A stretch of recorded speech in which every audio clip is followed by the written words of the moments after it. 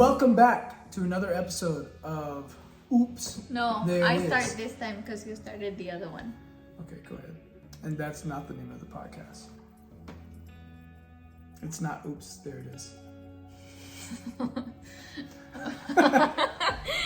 Oh my gosh. You're not gonna get a drink? Where is my drink? You said you wanted to drink something. Did you drink the rest of it? You did. No. Where's my Zoa? There's nothing left. I took it. That's what I was asking. You drink it? That's okay. You can drink it. But I don't have a drink now. And it's hot.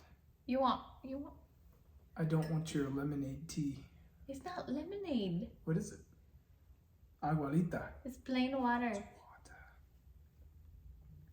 I like Please, it. master. I do a lot of facial expressions when I talk, so if you're an expression kind of girl or guy, you have to go to the YouTube channel because there's a lot of eye rolling from my side. And yeah. eyebrow raising. Yeah. So welcome back to episode number 2. Today we are going to be talking about you, my friend, because you asked all of these uncomfortable questions. So now it's my turn. I'm an open book. You can ask me anything and I will talk about it. Because I don't care. I don't care. Okay. So, in 2012, there was a census A what? of churches. 2012? Yes, 2012. All right. Gotta remember where I was. In my spiritual life. 10 years ago, in the United States of America, there were 84,000 churches. Good God.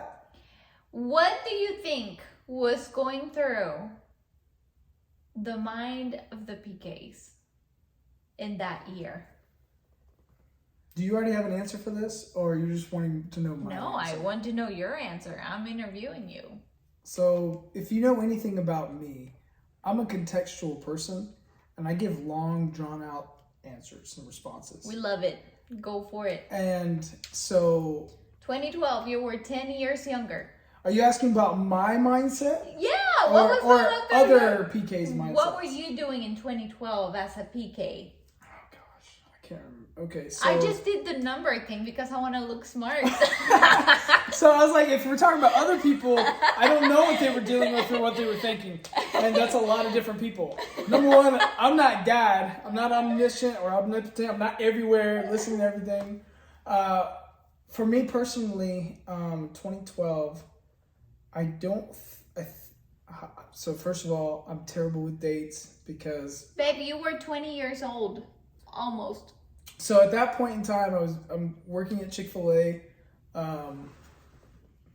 Chick-fil-A family, what's up? I was working at Chick-fil-A. I was probably involved with worship at some capacity. And I was also, at that time, probably doing some things that I probably shouldn't have been doing. Because that's... Like what? Well, first let me answer your first question, okay? So the mind of Blake at that time was, I wasn't living at home.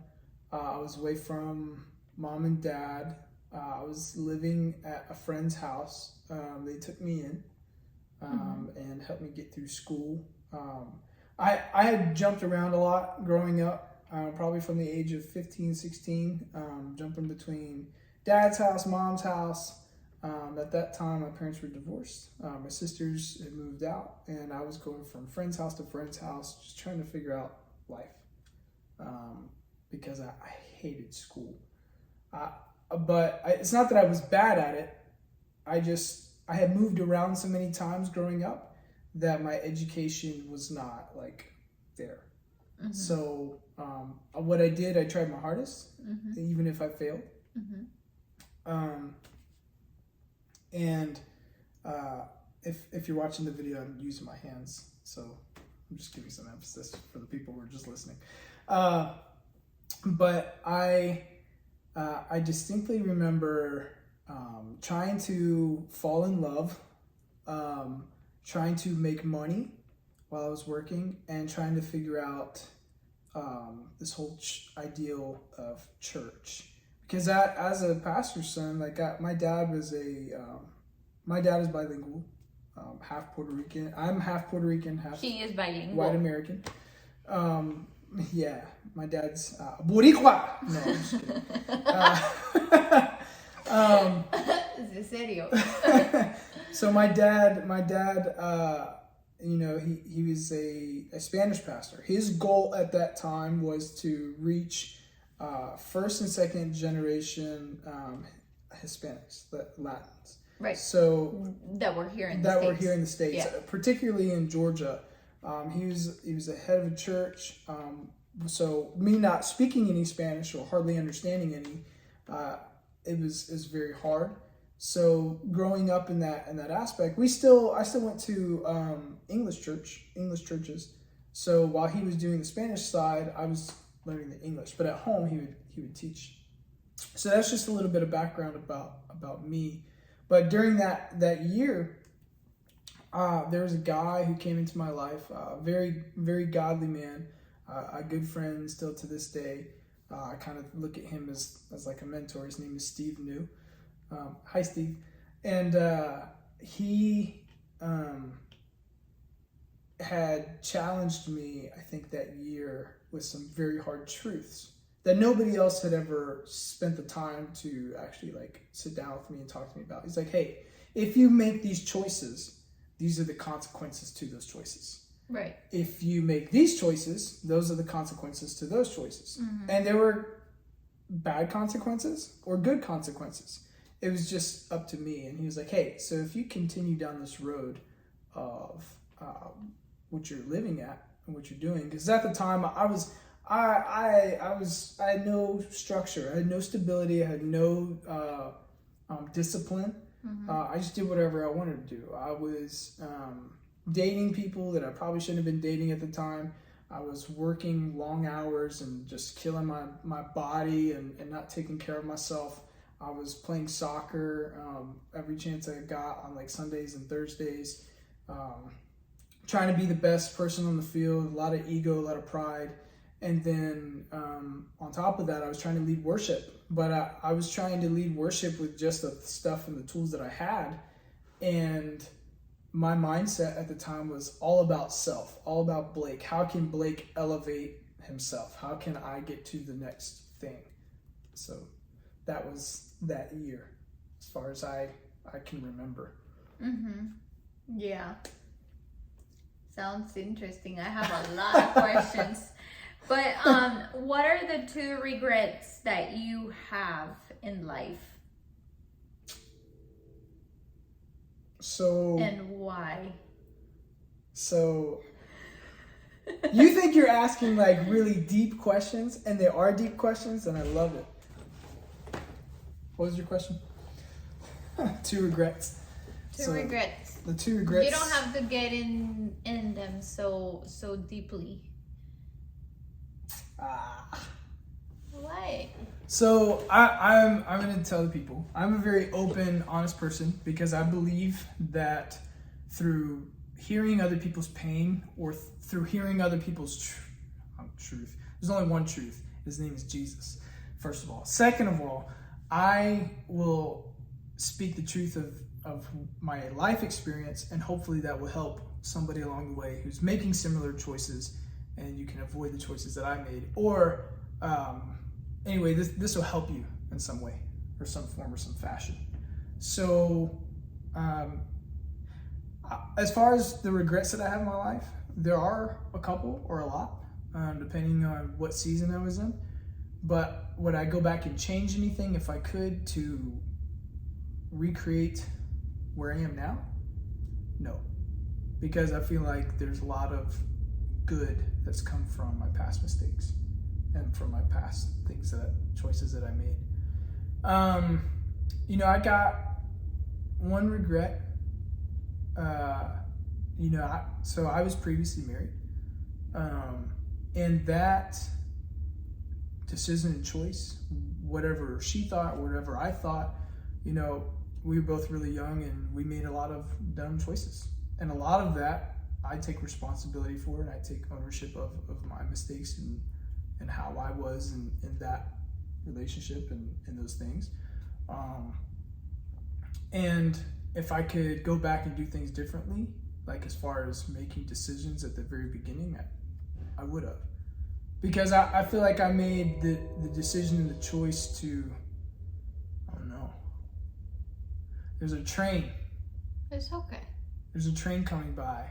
And it's funny because every morning my alarm goes off at 4:35?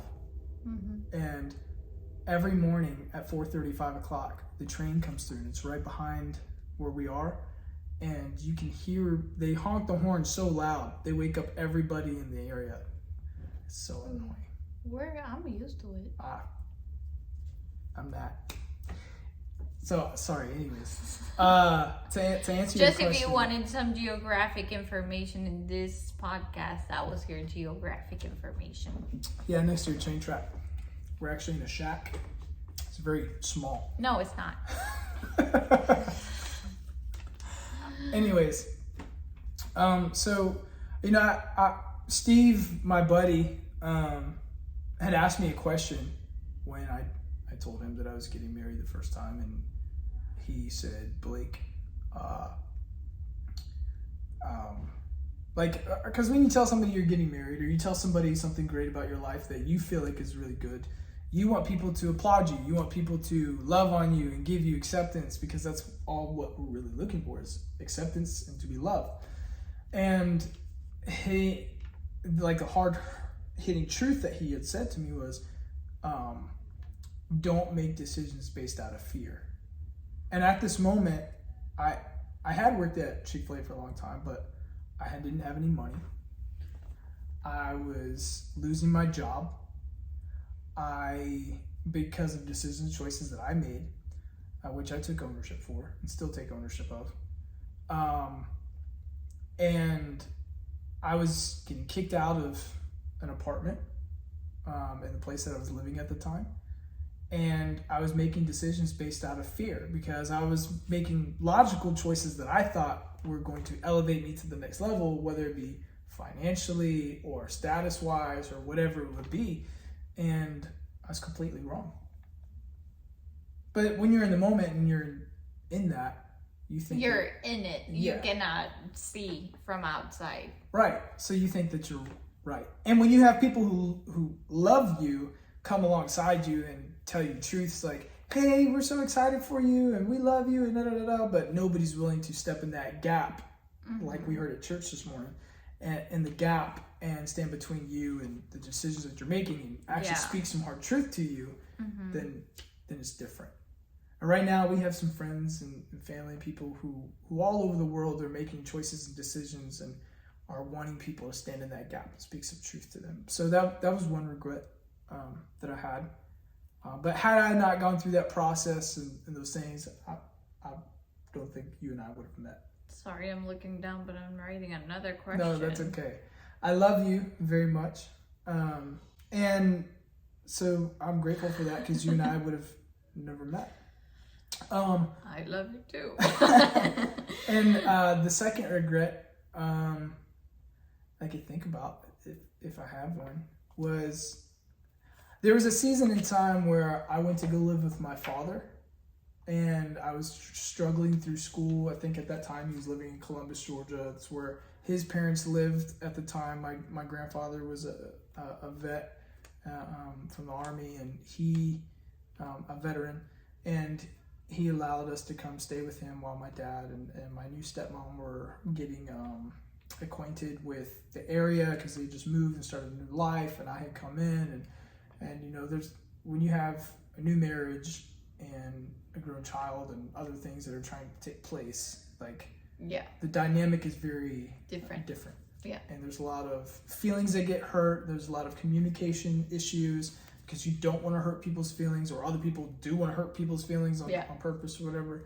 And not that took place, but I would have loved to have gone back and spent more time with my father then, and I was there for maybe 6 to 8 months, almost Yeah. a year, Yeah. about a semester of school. You still talk about going on this trip with your dad. Going. You should take this trip. We are. Like after recording this, you're texting him and you're going. Okay, you're right. I actually texted him last week and I said, hey, let's do this. He's been asking me to do a father and son trip. And now that we've moved and now that we're stable and doing things, so I'm going to get on that. We're going to go spend time together. So we get rid of one regret. Yeah. Thank you very much. Okay, what are your thoughts? I'm gonna make one of the same. Drinking your water. I'm sorry. It's okay. I had your soda, so what are you? I'm gonna ask the same question you asked me. What was like growing? Because it's different. I grew up in Guatemala as a preacher's kid, but you grew up here in the States. So I don't know how the dynamic is here. I don't know if you get bullied as you get bullied in other countries or you get your feelings hurt, but how was it for you to grow up with your dad and your mom that were involved in ministry? Yeah. So did people bully you? Or Or is it like more normal here? No. So there's a double-sided coin on this, and your family, most of them are all pastors, preachers, as far as like your immediate family, right? Like the missions or does something in the line of the work and service for it would be job. My brother, my parents, my grandparents, like both sets. Right. So my family, growing up on my mother's side, were pastors, musicians, missionaries, that type of stuff. Or on my dad's side, it was the same. Or it was military. So it was either military, church oriented, or somewhere within those concepts. So growing up with so I'm half Puerto Rican and I'm half white, right? So my dad's fully Puerto Rican, my mom is white, and our heritage comes on my mom's side from Czechoslovakia and here in the States, I think it's Cherokee Indian. So most of the people that I grew up around were all white. And I know that they, at the time, probably didn't mean anything by what they were saying, but as a kid, you don't think of things. You're hanging out with your buddies, you're all saying bad things or making fun of each other or trying to outdo each other on the playground or the soccer field or whatever. But I feel like a lot of what took place from my growing up was because there was a lot of racial differential stuff going on, that it was like the white people that we hung out with would make fun of me for not being white enough. And then when I would hang out with my dad was a Spanish pastor. Yeah. That's what we called it growing up, Spanish pastor. He's a pastor to Spanish-speaking people. But he's also a pastor to the English, the white congregation, black congregation, whoever was around, he was a pastor to those people. Yeah. But the majority of his mission was Spanish-speaking in Georgia. In Virginia, where we lived before, it was mostly English-speaking people.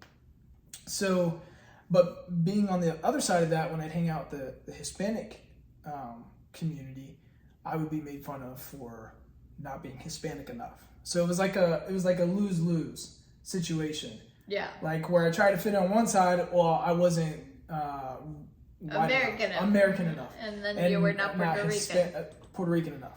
Ay, mi amor, mi vida. But I did not actually come to that realization until maybe like 2-3 years ago.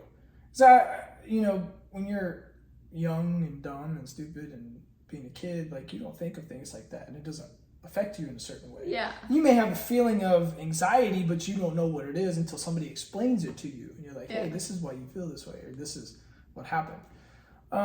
As far as being like bullied, no, but I feel like as growing up, you know, you and I talked about before, did you have certain circumstances where you feel like you had to be holier or more spiritual?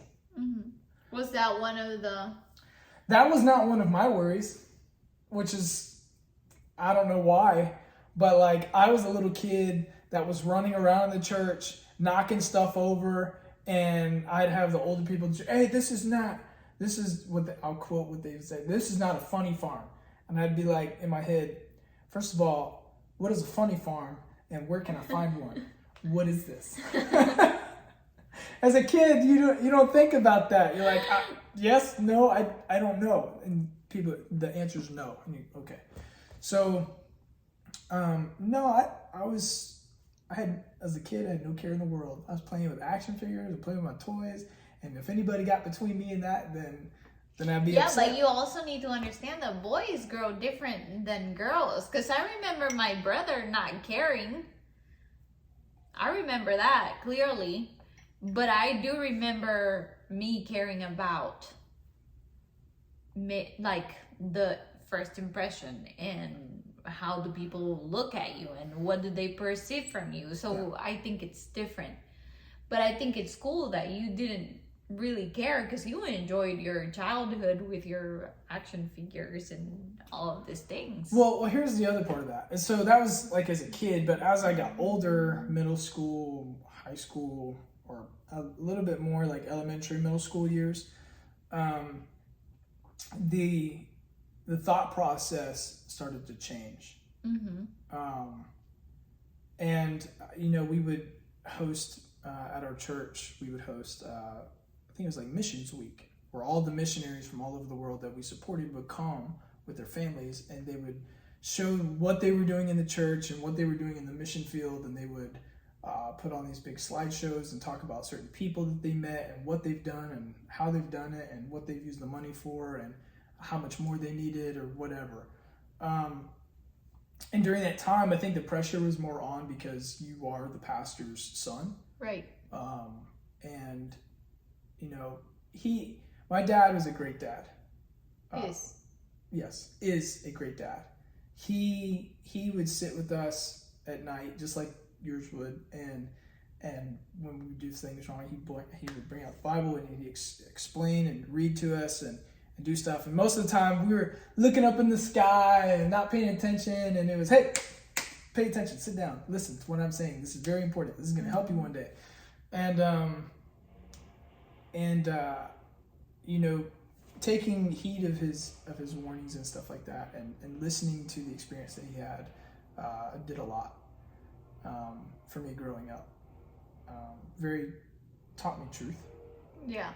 I feel like a lot of my knowledge of what I know is from listening to him. Yeah. I've heard pastors preach, I've heard other people speak, but him intentionally teaching me in the bad moments, it was like the growing parts. Yeah. But my experience as a pastor's kid was, you know, for the amount of time that I had my father in our household was a good experience. Yeah. So what would you tell kids from 13 to 18 or 20 years old that are a preacher's kid right now? What would you say? What would be your advice for them? Girls, boys? My advice to you is this, because everybody's household is different. Everybody hears things differently. Everybody's situation is different. But if I could collectively give you one piece of advice to help you, is that when you follow God wholeheartedly and you do things in obedience, not out of fear, but out of the love that you have internally,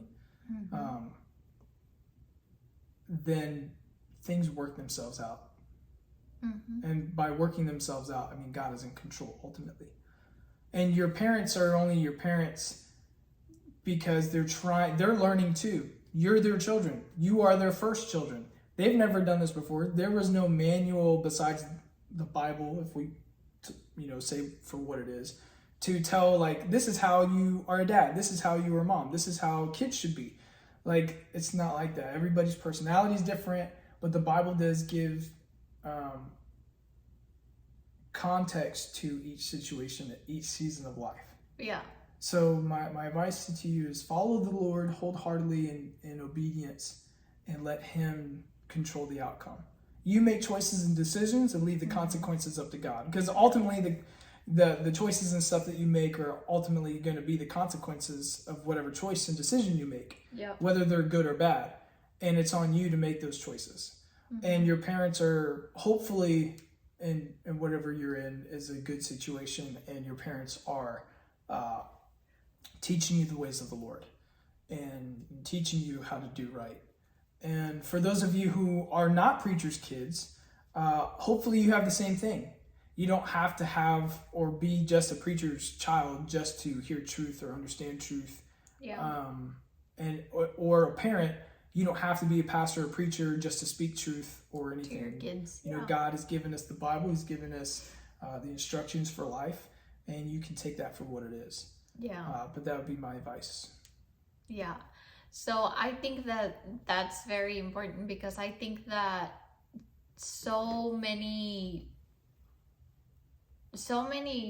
preachers and pastors, they have the burden of guiding other people to truth, that is Jesus, but they forget that they have a family that they need to guide first. And I think that sometimes you get in this like cycle of I need to help people, and I need to help people. But it really doesn't matter if you want to help a million people in a freaking stadium if you cannot help your own kids. Yeah. So, like what you said right now, it's very important, because it really doesn't matter who you are. Your first ministry is your wife, is your husband, your boyfriend, your girlfriend, your kids, your mom, your dad. And I think everybody forgets that, because we're in a me first society. Me first, very egocentric culture. And it's like, let me help others, but really, who are you helping? Because are they listening? Are you there? And with that said, who are the 3 people that you actually listen to when they give you advice? They don't have to be preachers. Like, who is this 3? Oh gosh. You can give them random names. I will know who they are, but if I'm not on this list, I'm not making you food. Never, ever. I'm just kidding. So basically these people, the 3 people, are probably the people that I go to, like when I'm asking questions about life or just anything in general. They're probably the 3 people that I go to most. Yeah. And if you're not these 3 people, it's okay. I still love you. I still care about you. And it doesn't mean that your opinion is invalid. It just means that I like these people more. I'm just kidding. Oh my God. It's a joke. I'm just kidding. That was so cruel. But it was funny. First, my dad.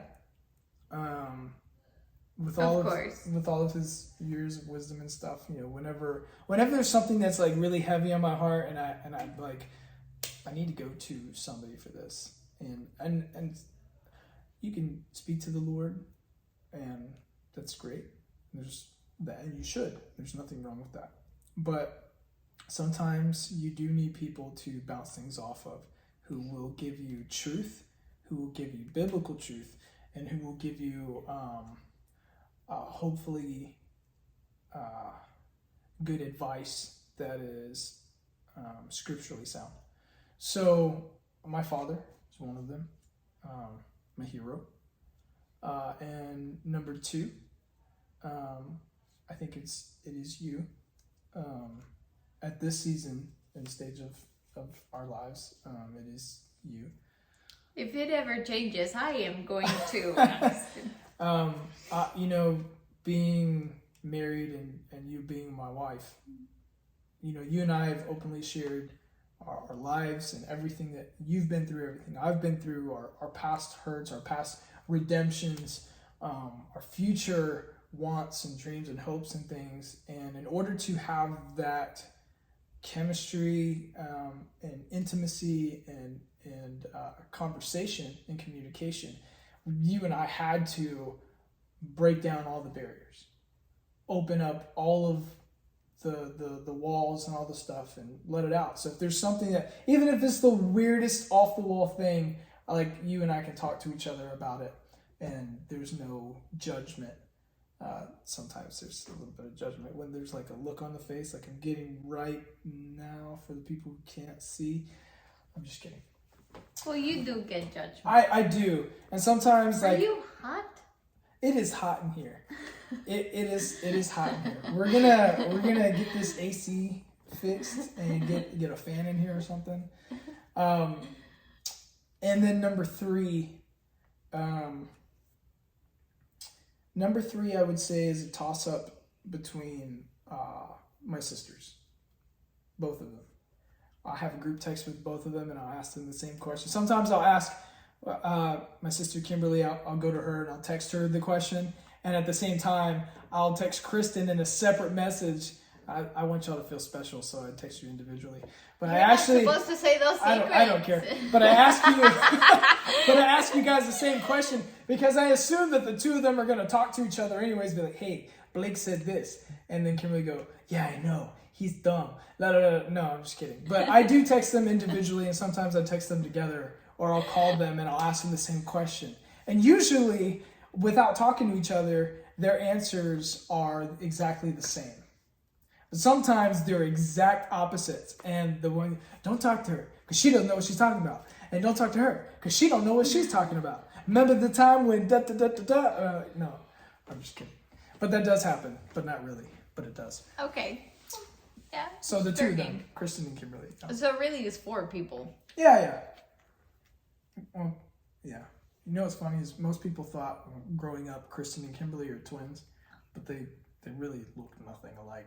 No, you and Kristen, you guys look alike. Yeah, that's what I would say too. You know my face opens her phone?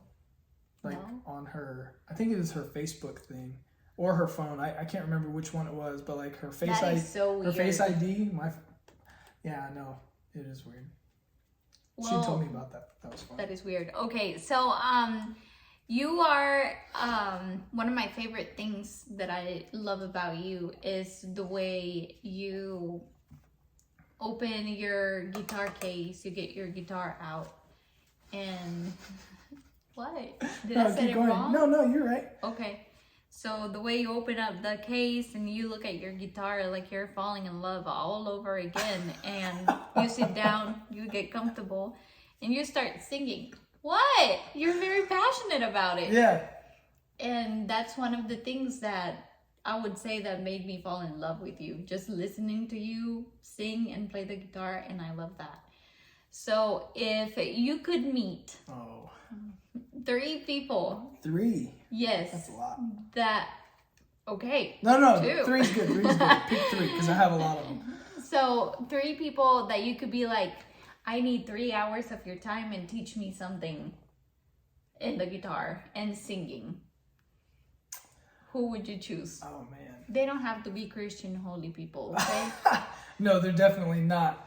No, I'm just kidding. I don't know these people personally, but so some of the best music that I find is very, I guess, underrated. But I don't know that for sure. So like, we get all this music and stuff from the industry that's just shoved in our faces, and the same 5 songs on the radio, like over and over again. And it's so annoying. It's so overly played, and everybody jumps on the TikTok bandwagon and overplays. That's another podcast. Yeah, I know. So 3 people. Yes. Get to the point, Blake. All right. So Dave Grohl from the Foo Fighters. Okay. Just when I've listened to him in interviews on YouTube and TV and other things. Like, and he talks about his music. Like, everybody always thinks that it's some supernatural answer to certain things. And I feel like his writing process and the way he connects music with emotion and feeling is great.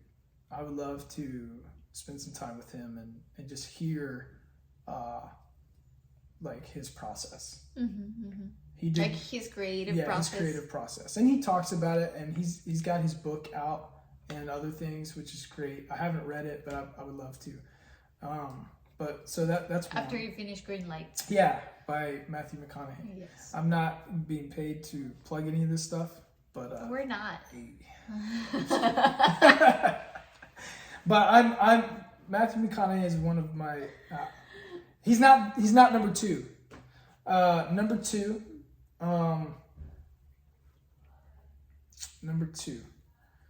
Man, there's a lot. I love music, and I kind of have an idea of who, but I don't know if you're gonna say the name. You might. It starts with a P. Yeah. Is that the one you were thinking about, or wasn't? Because you just changed. Your face just changed. No, it was not. Okay, so I would say number two is Phil Wickham. I feel like in the Christian music industry, now we're going to get into the topic. And I've been waiting for this. No, I'm just kidding. I say that a lot, but I'm really not joking. I'm really not. I feel like there's so much music that's in the Christian community and in our faith that is about me, myself, and I. And that's not what worship is about. Now, there's Christian music that's not worship. It's just Christian music and talks about God or talks about life and but good things. he doesn't do that. But Phil Wickham, like, if I could say that, to be bold enough to say that, like, the psalmist, David, like, that is, as far as lyrically and contextual goes, as far as the writing, I feel like when he leads worship and when he sings and stuff, he's leading. He's stepping into that priesthood of, I am a leader and I'm going to lead the people into worship so that people have the experience of worshiping God. And it's not a time of the lights and the stage. And even though those things kind of play into the concept or what takes place, because God has got an order. We're supposed to do things in order in a certain way. But I feel like he breaks the mold when it comes to those things from what I have experienced myself in worship. So I would love to spend some time with him and just hear what he has to do and his creative process and that kind of stuff. And his crazy, like, octaves of how he hits things, which probably take a lot of practice for any musician or singer. But before I say number three, I want you to tell me who you think number three is. The guy from I don't know his name. Need to Breathe. Oh, Bear Reinhardt. Yeah. Yeah, he's number three. Really? Yeah. Really? Yeah. Huh. I'm surprised. So like I've every season of my life that I've heard like a new Need to Breathe album is literally like speaking to the season of life that I'm walking in. Yeah. And I've gotten to see Need to Breathe live twice. Yeah. In my lifetime. And he did some stuff away from Need to Breathe that he did on his own or with other people. And it was really great. Yeah. And then I think COVID hit or something like that. And then he didn't end up, I think he had just started touring it or maybe he finished it. I don't know. But yeah, his vocal range is crazy. How these guys can go all like 2 hours or whatever and just belting out is crazy. And so he has a crazy tone. He's got great music, the way that they play. They play rock. I really like the lyrics. The lyrics are, whoo. They're really good. They're good too. Yes. And I know it's not just all the three of these guys. I know that there's other people who are on some of the songs that help write and produce and stuff. But those three guys. Okay. That would be an insane lunch. It would be nice. It'd be nice. I think you wouldn't know who to pay attention to. I'd probably like star-studded. Just, I can't believe this happened. Pinch me. Don't pinch me, it hurts. That would be really cool if it happened someday. So what do you want to leave behind as a legacy? I'm asking you the same question. That's fine. So, legacy.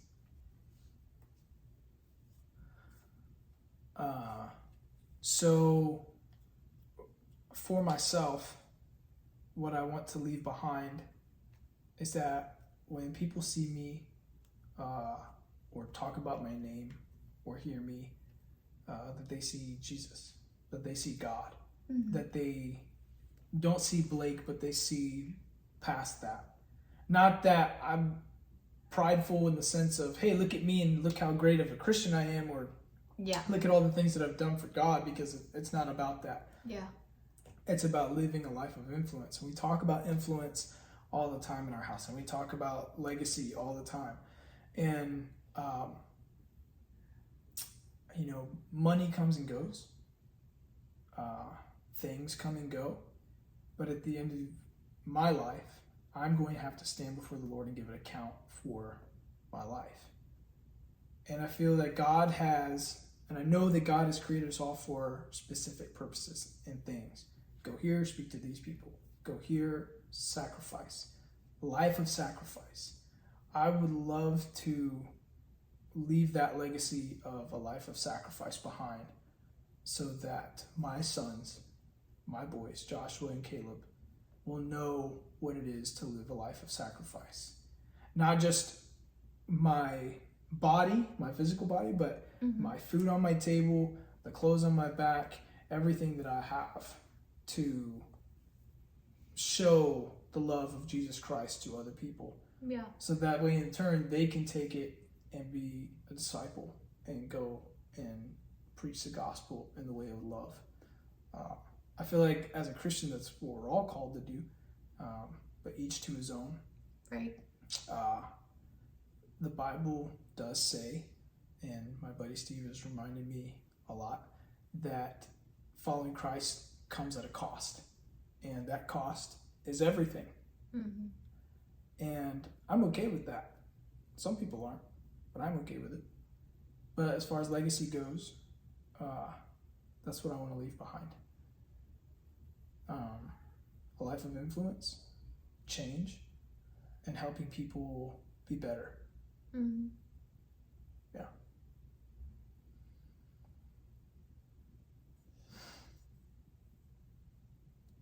Don't cry. I'm not going to cry. There are no tears. There's not even a single watery drop. No, I do agree with you. I think this is one of the conversations we had, like when we started our relationship, like what we wanted to leave behind and what was like, where are we going? And I think that you and I, we go hand in hand with that. And do you think, so we've talked about us. You and I? Yes, like how was it hard to grow up as a preacher kid, blah, blah, blah, blah. You're a pastor, I'm a pastor. How do you think we can make our kids' life better and easier and not grow up like we grew up? It's a good question. So I feel like everybody's parents, like they try not to do what their parents did. Like, oh, I'm going to be better than my dad, or I'm going to be better than my mom, or I'm going to do things differently because I didn't like how my parents treated me in this or that or the other. Right. And some of us needed those butt whoopings. I'll be honest. Some of us needed to get our butts whooped. Some of y'all didn't get whooped enough as a child. And you know who you are.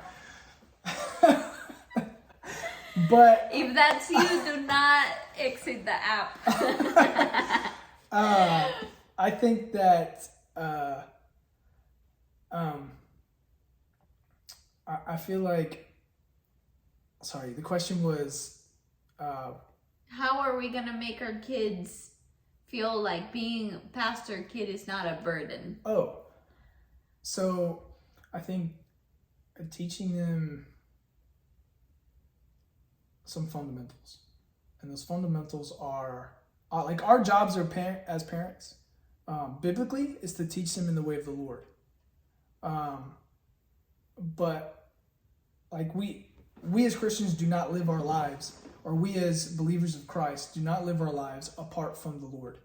It's not like as soon as we go to church, we flip a switch off and we just go do whatever we want, because that, Paul talks about that and grace upon grace. Let's just don't go to Sam's after church anymore, please. Yeah. Oh no, never again.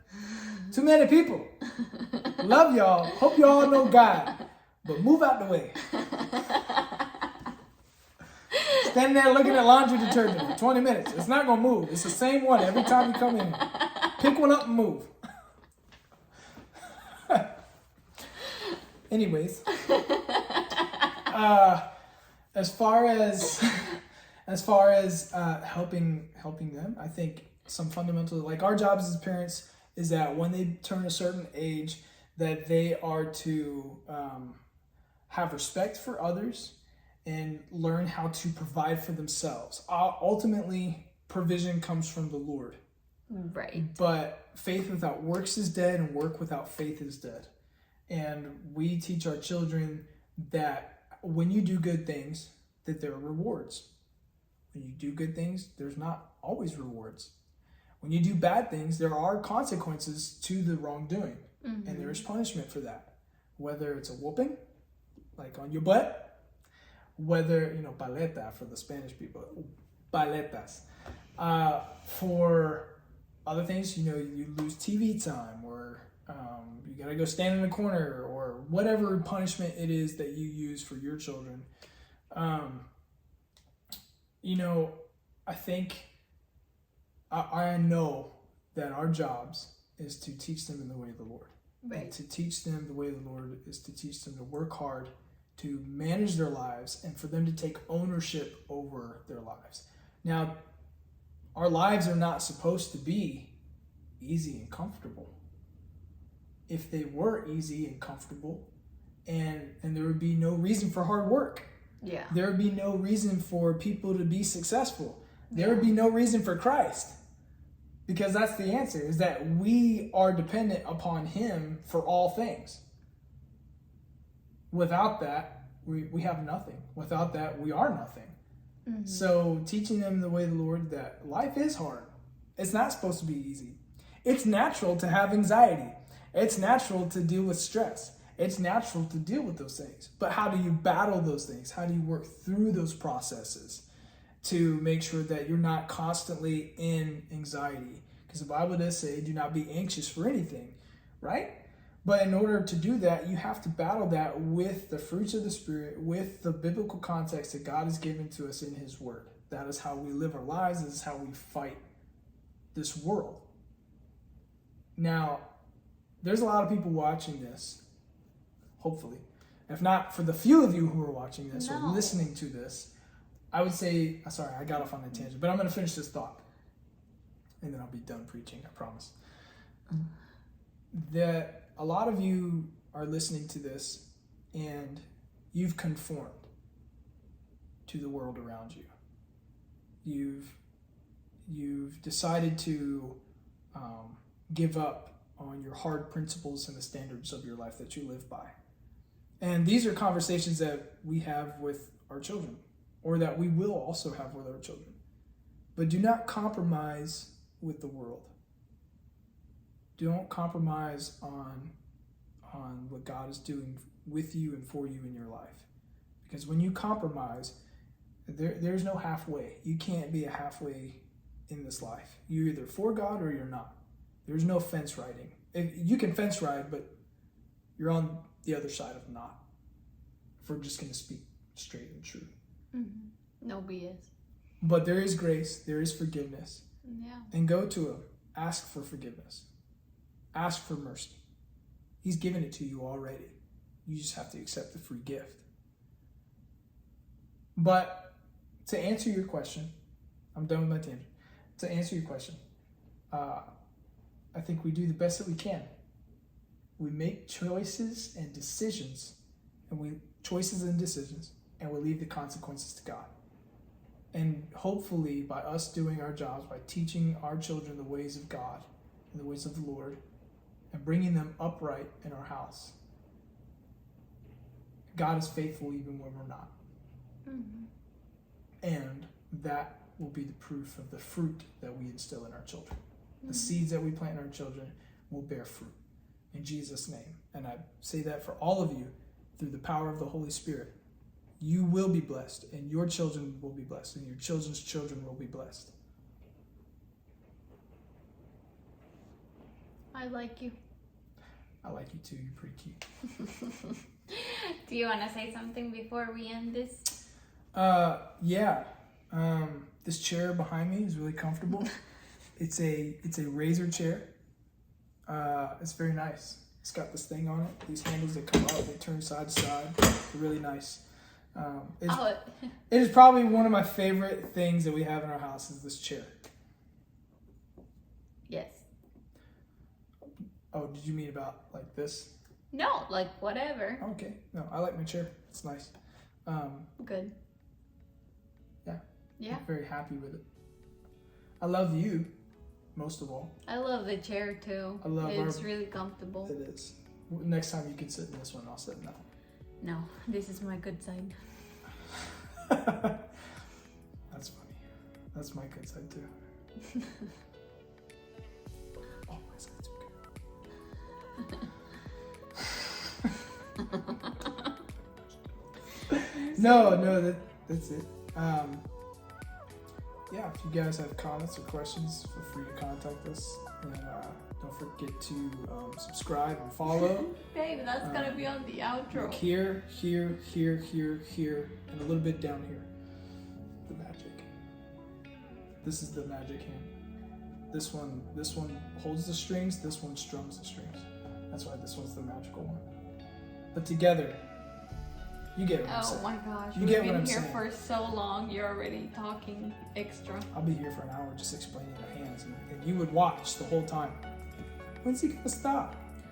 You should do one of your Christian monologues thing, like Christian in the...